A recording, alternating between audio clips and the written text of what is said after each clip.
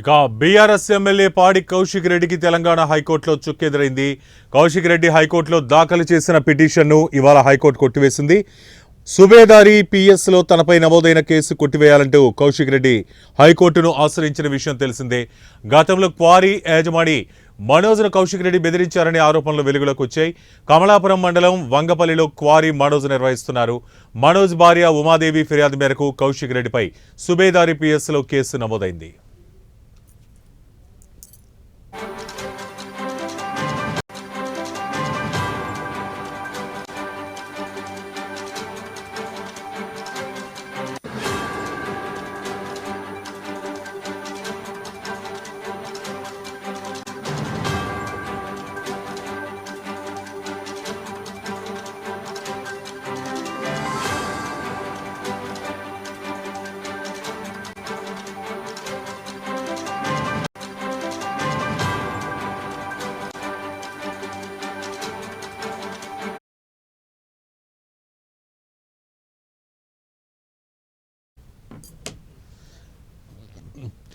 $50 ఇవ్వాలంటూ కౌశిక్ రెడ్డి బెదిరించారని ఆమె పిఎస్లో ఫిర్యాదు చేశారు.